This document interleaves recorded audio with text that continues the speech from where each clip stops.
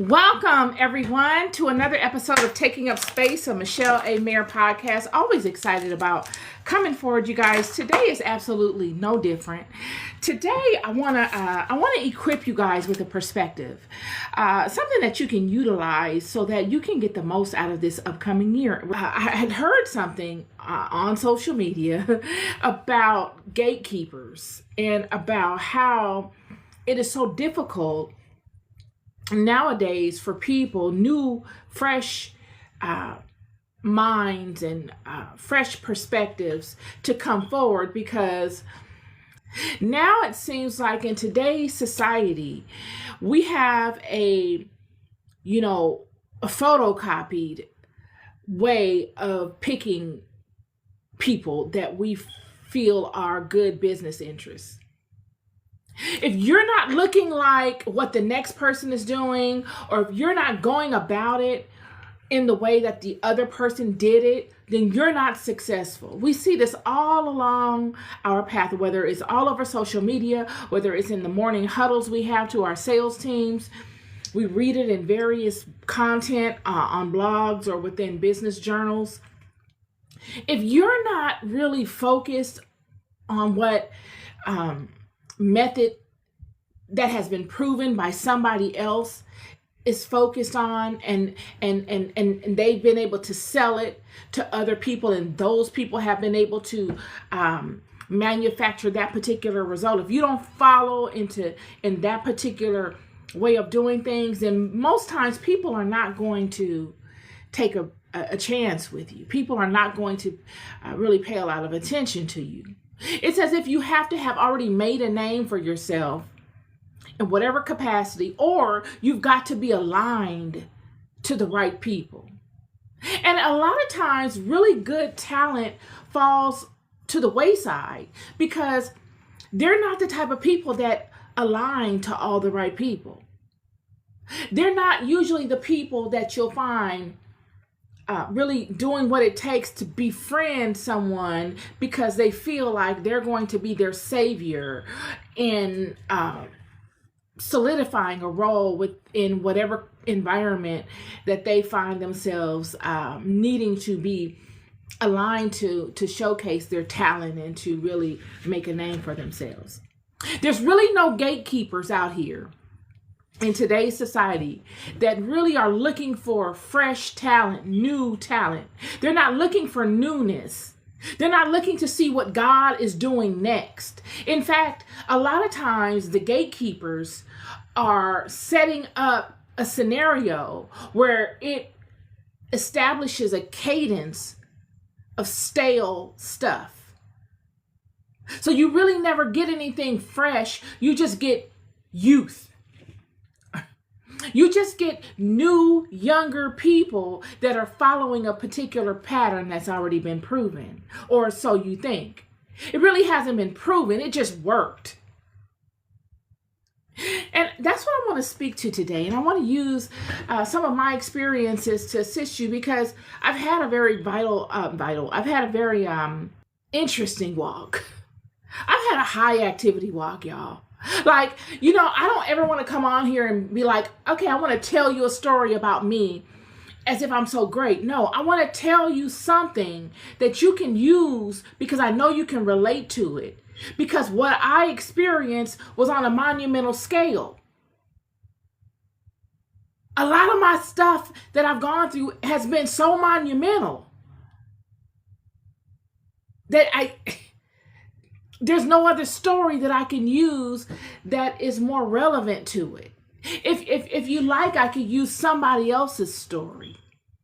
But there's nobody else's story that I can use that I would be able to say is more monumental than the story that I can pull from my own experiences. And I don't mean that in an egotistical way. I mean that in the most humblest way, because y'all, I've been searching. And that's not to say that there's not any people out there that don't have monumental stories. It's just to say that I don't know them. And I don't know if their stories are actual and factual. And I can't speak to the meat of their stories like I can mine. But I'm going to begin with scripture. I'm going to see how God moves, because I don't really know if I'm going to, which direction I'm going to move in this.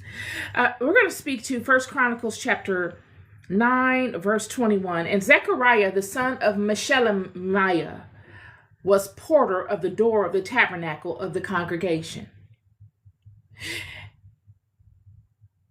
And these which were chosen to be porters in the gates were 212.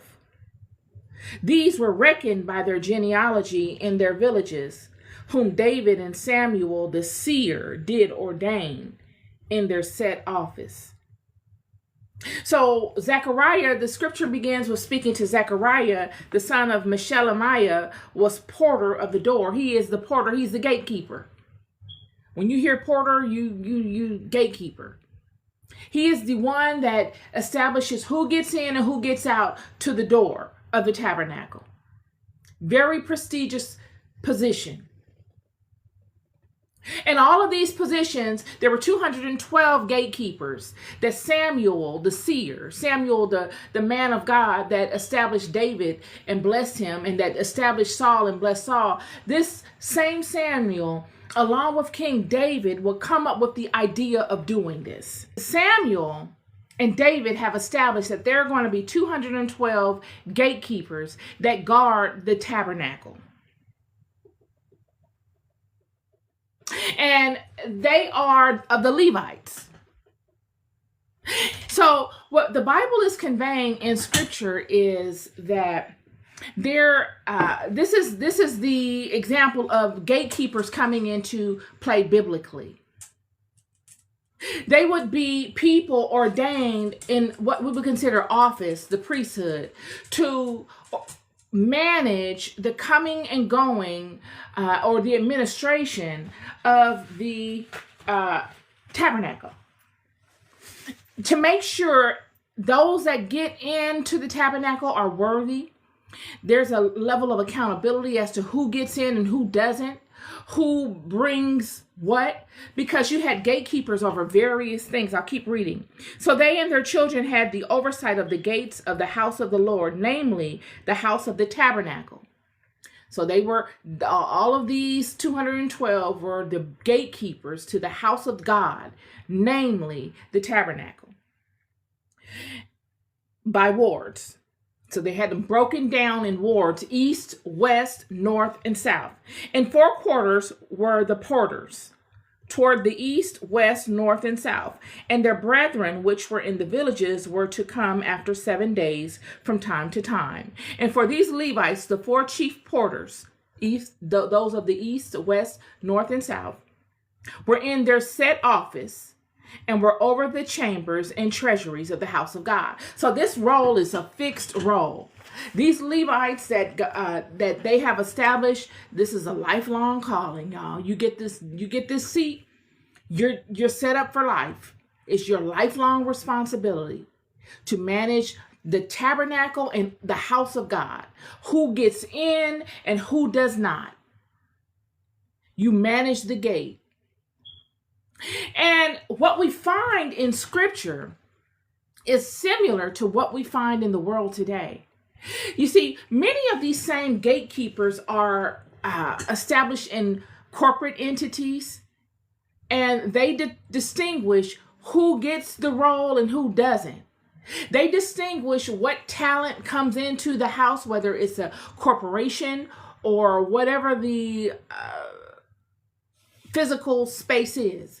Who gets seen and who doesn't. Who gets their talent shown a light on and who does not. Who gets the deal and who doesn't get the deal. These gatekeepers are responsible for that. Now, in the sense of the Bible, we're seeing holy, righteous gatekeepers. When they were first established, they were established in a holy and a righteous way. What we're seeing is the conveyance of that right here in First Chronicles. This is what made it legitimate to do.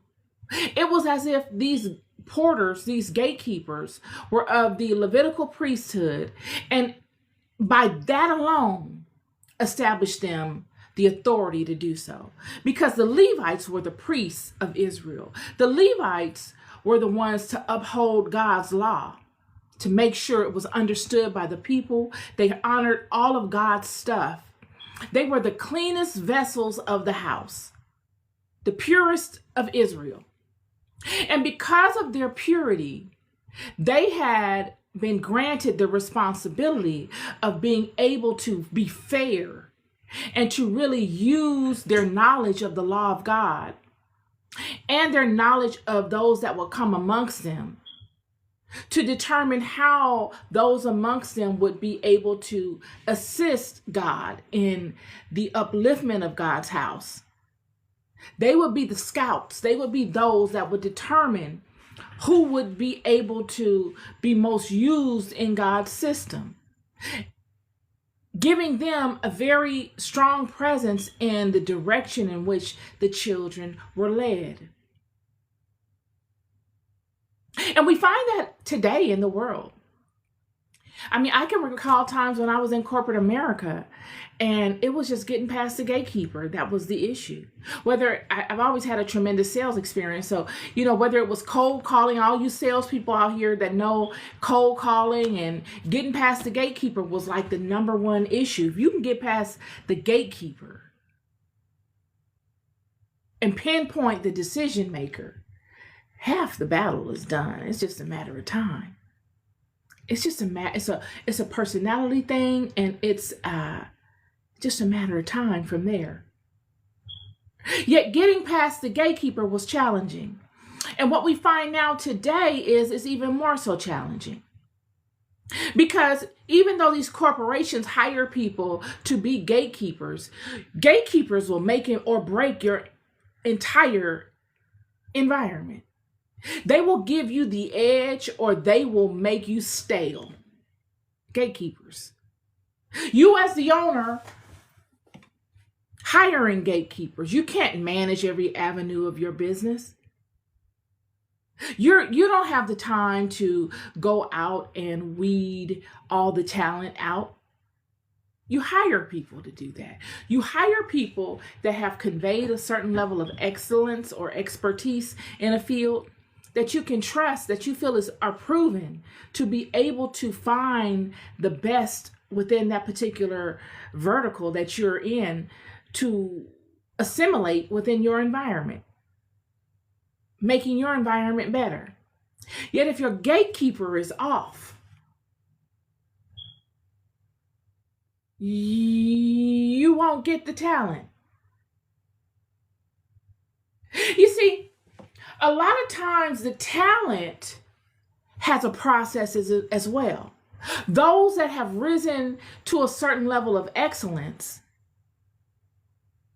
true excellence, rise through organic processes. They rise in rank organically. It's not a friend that puts them on. Usually these people don't get acknowledged in that way. It's as if a repellent is on them from that type of activity. You see, when God leads people the difficult side, the organic way, it's a very difficult process. A lot of times you're ostracized. A lot of times you get your expertise because you weren't just a leader from the beginning. You were a follower, and you followed people that probably weren't worthy of following, and you had to learn the lesson of that, and you had to have the wherewithal to keep going and then follow again until you were able to capture enough experiences in all of the activities you've had in following and being taught and sitting at the feet of those that you thought were wiser. And then figuring it out on your own as you sat at their feet, had the will and the wherewithal to keep pursuing through. These are very difficult things to do. You've been through the process of trying to befriend people just so you can have a role. You've tried that. And you're like, I don't ever want to go through that again. That's got to be the worst thing that I could do. I'd rather, okay, it might take me a little longer. It might be a little bit more difficult for me. But if I keep chipping away at this, doing my own thing and staying the righteous way that works for me, I'm sure I'll get somewhere which will be further than I am now, and I'll be happy with that. You see, when God leads you the rough side of the mountain, y'all, which God does, all of God's chosen, all of God's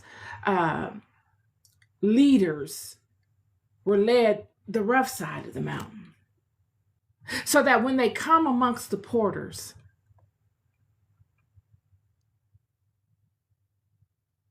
a lot of times the paperwork doesn't back up what they are. If you were to look at these people on paper, it's the guy that has been the customer service rep for 10 years and has done well and won President's Club and gone on all the trips, but never ascended into management. And you got his resume in front of you. And he has no tangible experience with that title. But you, having come through that same type of environment, know that titles don't mean anything.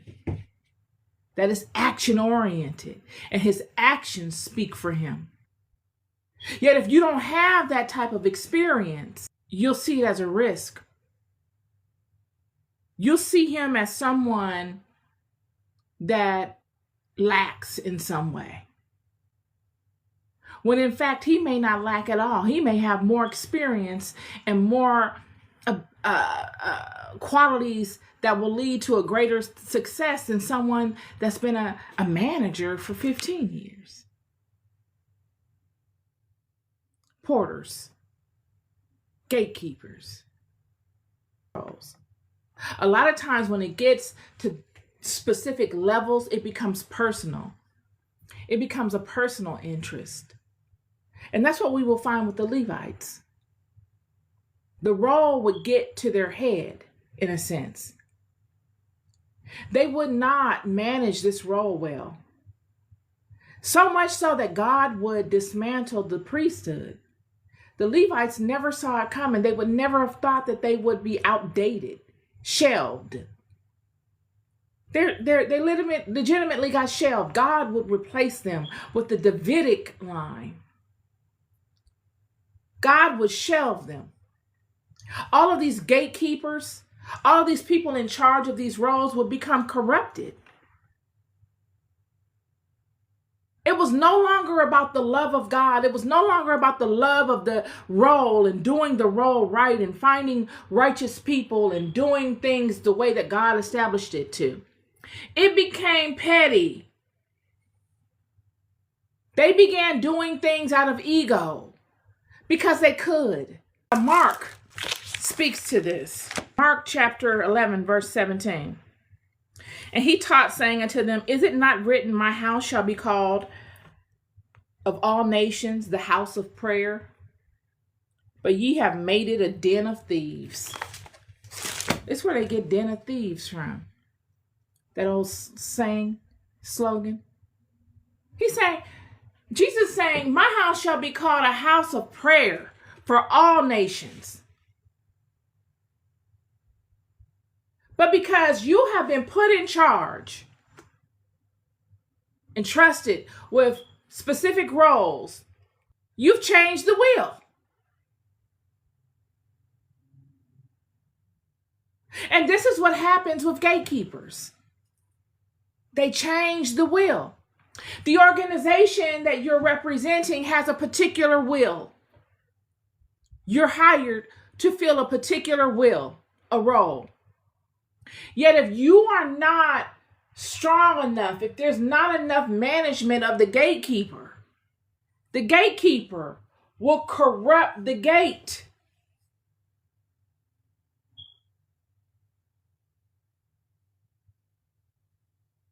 And all that flow in the gate will be nothing more than replicas of each other.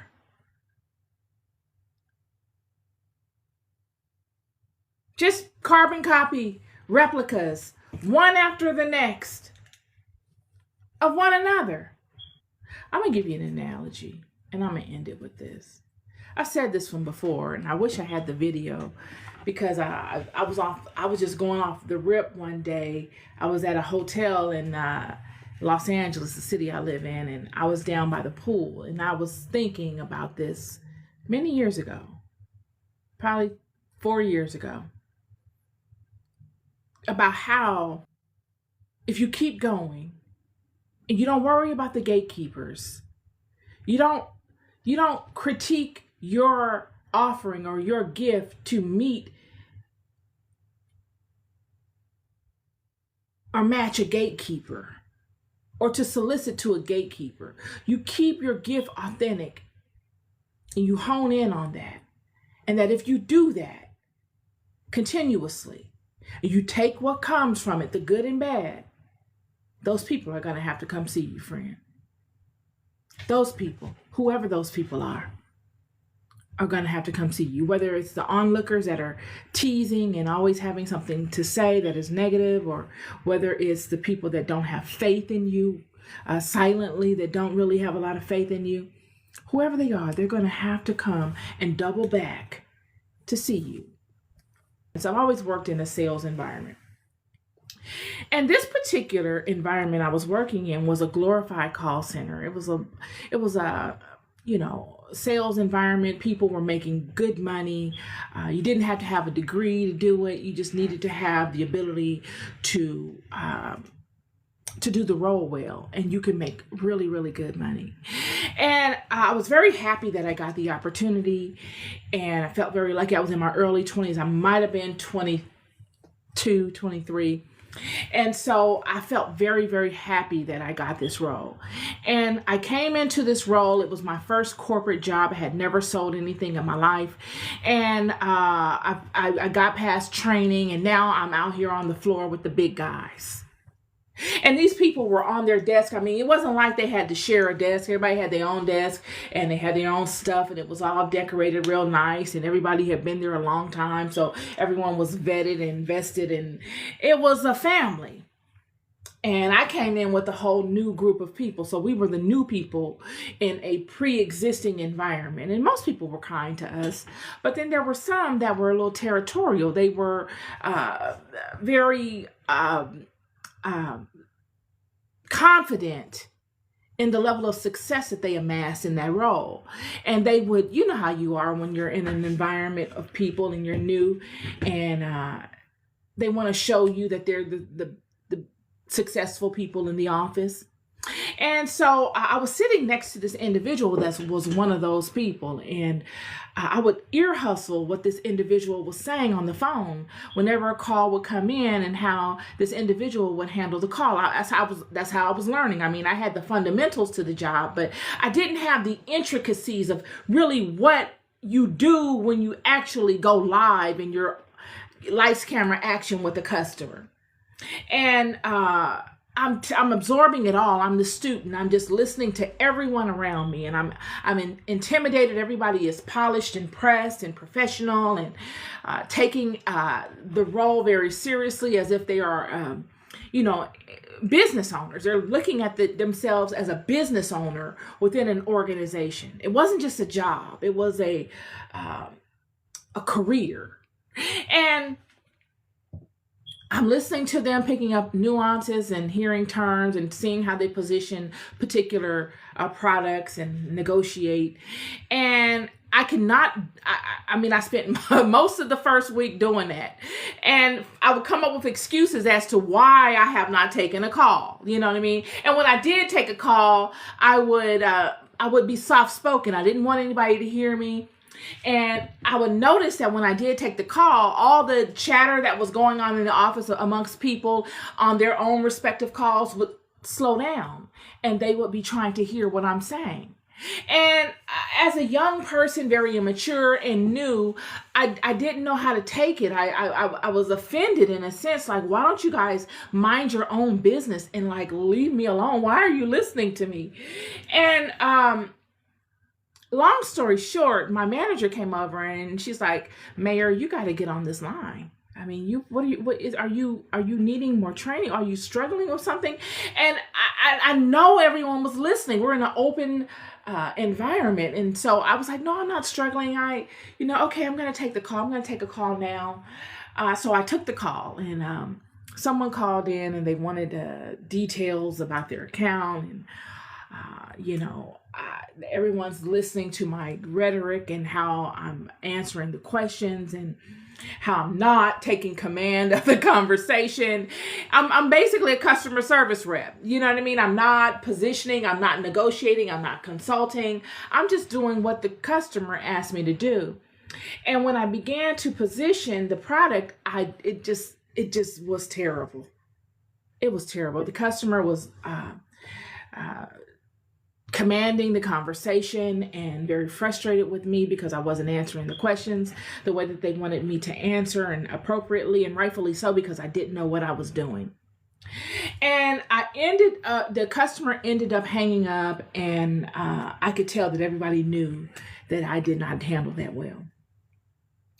And I could hear people laughing amongst one another. I could hear people typing, because we had this system where you can type to one another and message one another instantly. I could hear that. And I just felt so humiliated. I was humiliated, y'all. And I went into the bathroom. I felt ashamed. Like, literally, if I could have ran out of there, I would have ran out. But I needed the job, and I just had no way of not facing this situation. And so I went into the bathroom, 23-year-old girl, first corporate job. And I cried in the bathroom, looking at myself in the mirror. And I was praying that nobody else walked in the bathroom, that I could just have that space to myself and get my mind right. And I cried in the bathroom because I was so embarrassed, and I felt that I didn't have the tools to overcome what I was dealing with, and that I needed this job so badly. I couldn't just quit it. And I don't know, a voice came into my mind and said, look in the mirror. And I had a pep talk with myself, and I said, you've got what it takes to do this. And you need to remember everything that those people said. You need to remember the laughs. You need to remember what they look like when you viewed the room. You need to take in every bit of this situation, because those people are going to have to come back and see you, friend. A dog came out of me, y'all. The dog, there is a dog in me. It is a Rottweiler, friend. I'm telling you, she ain't no joke. I look like a little Chihuahua, a little Yorkie, a little terrier even. But boy, I'm telling you, the dog that's in me. And that is one of the first times I can remember that aspect of myself coming through. And I said, you're right. There's nowhere to go but up from here. I had a crash and burn in front of everybody. I sounded ridiculous. If I was them, I probably would have been laughing silently too. I mean, literally the way I was responding, I did not speak well. I was coming across completely ignorant to whatever we were positioning. I seemed as if I should not have been there. People were openly speaking to, see, these are the new people that they've hired, that type of stuff. And I'm just sitting there like, and I went back out there. I put water on my face. This is before I was ever even wearing makeup. So I was young. I didn't even have any makeup. I put water on my face. Walked right back out there. Dried my face off. Sat there. Put my headset back on and took another call. I kept taking calls regardless to how I sounded. The worst had already happened. They'd already heard me crash and burn. So what? There's nothing but improvement from here. There's nothing that I can do but to improve from this point on. Anything that I do from this point on is an improvement. If they're going to fire me, they're going to have to fire me while I'm trying to improve. That's it. If they're gonna fire me, because I was terrified of being fired, I needed the job. And I figured if they're gonna, whatever's gonna come is gonna have to come from me moving forward. And when I tell you I dominated in that, I moved forward and I dominated, friend. Those people had to come and see me. All of those old people that were there, not old people, but those vested people that were there, they left. They didn't get fired and all that kind of stuff. No, God would create a situation where they would get, the company would offer them a buyout and they would get bought out. They would retire early. Something that they wanted anyway. And I didn't have to deal with that. And now I'm dealing with everybody at my level. Most of which were not great at sales like I was. Because I kept going. And I turned my perspective to making the situation serve me. Instead of feeling bad about the situation and complaining about it and saying, oh, these people are teasing me and all this, that, and the other. No, I said, I'm going to make this serve me. And because I did that, I made it serve me. One step at a time. I would proactively ask those superstar salespeople, some of which that were laughing at me when I crashed and burned, can I sit with you? I humbled myself. I could have taken the perspective of, I don't want to talk to them. They don't like me. That wouldn't have done anything for me. I needed those people. I humbled myself and I made sure I was their friend. Not fake friend, I'm going to be their friend and use them. No. I let the childlike aspect come through. That same childlike aspect that I speak to all of you about. That when we're on the blacktop, on the playground, and nobody wants to play, or they play unfair, and we break up and we go our own way, but we come back like it's nothing ever happened. That aspect. I don't take it personal. Faith is not easily insulted. It finds a way. I still need to get this done. And this is what I have to deal with within this environment. It would be unrealistic for me to think that I can create a new environment, or that because I had a hard time, the environment is going to get rid of all of the people that gave me a hard time, so now I can have a good time. I've got to adjust. This is rising to the occasion. This is what leaders do, y'all. And what happened from that would be that I would gain valuable experiences, both of myself, of corporate America, and of people that will all serve me in years to come. All of those people. It was as if when I went into the bathroom, I was prophesying without even knowing it. I could still feel the electricity in my fingers that I felt when I was standing there looking in the mirror. I could feel it, the tingle. Blood rushing, ultra excited, very alert.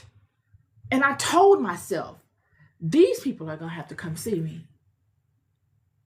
I don't care what's going on. I'm not going to fail in this. I got this. I just haven't found my rhythm. And when I found my rhythm, friend, I'm here to tell you, it made a world of difference. This is my word to many of you, that all of the struggles, and I don't know how I got off on that, but how all the struggles that you may be facing today are struggles because you're perceiving them wrong. You've got to rise to the occasion. You've got to find the silver lining in your situation. Nobody said it was going to be easy. In fact, you can guarantee that it's going to be difficult. That's a guarantee. It only gets easier when you keep at it. You've got to be able to overcome the flesh. You've got to. You've got to get out of your feelings and allow spirit to dominate. That is what happened to me way back when I had my turning point. The flesh wanted me to run out and get in my car and leave and make everybody the bad person. And go home and call on my friends and call my dad and call my uncle and go over my family's house and portray all of the people that were laughing at me as bad people. But what would that have done? I would have been out of a job, and I would not have been able to capitalize on the monumental level of experiences that sat before me.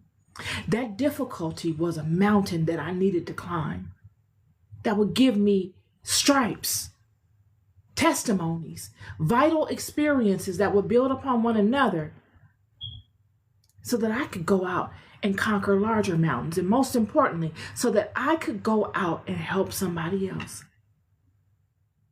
Make those people come and see you, friend. Don't go run and hide. You'll run your whole life. You will run your whole life. If you're standing in truth and you're doing the integral thing, make them people come and see you, because I guarantee you that if you keep at it and you hone in on your gifts, they will come see you. God will make them come see you.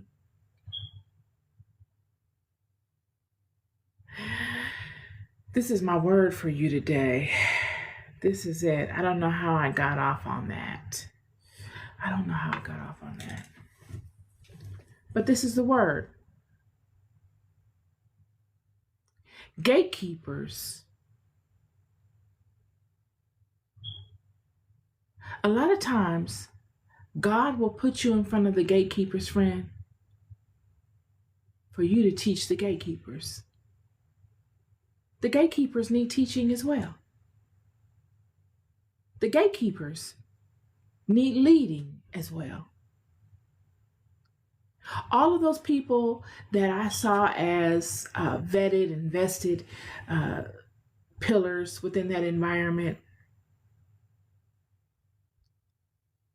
that as a group could come together and determine my longevity in that environment. They could have. They were all vetted. They had been there a long time.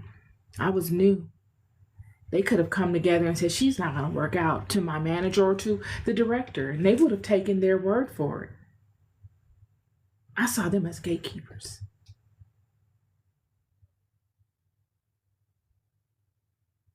Yet if I would have cowered out, if I would have been intimidated by them, and most importantly, if I did not know myself, and if I didn't have a strong wherewithal core element within my own self, I would have allowed that situation to defeat me. And I would have tread the path that many tread. Don't you know that there were many that had come before me within that environment that left and never came back? I would find this out later on. They would be laughing. That's why they were all listening. They were listening because they knew that these were psychological activities that they would do intentionally to new people like myself, to weed out those that are worthy of being amongst them from those that are not. But I didn't know it. I had no idea. I would find out later that they were the ones that were messaging my manager to ask her to come over and see about me and why I'm not taking a call. It wasn't my manager's idea. It was all of them.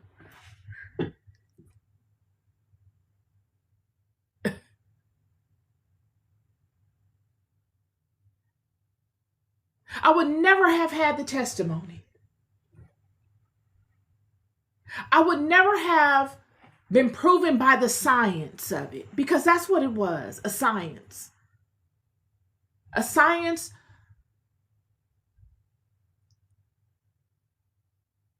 brought down into a physical activity that drew me into a stronger knowing of my own self and my own capabilities. Capability is a set of capabilities.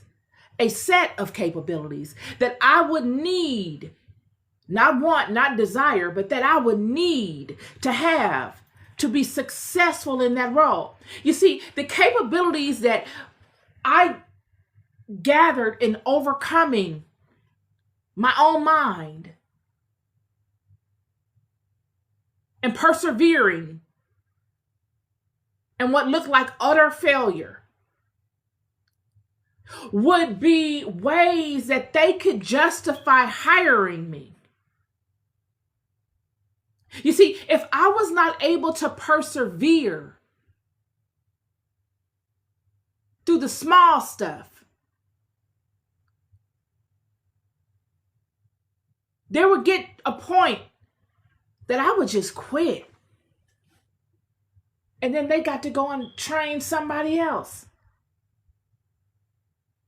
This is their way of allowing me to gain in strength so that I'm lasting and I'm strong. And also for me to be able to prove and justify them hiring me. And for those that were sitting and the ones that I thought were making fun of me, to justify pouring into me their time.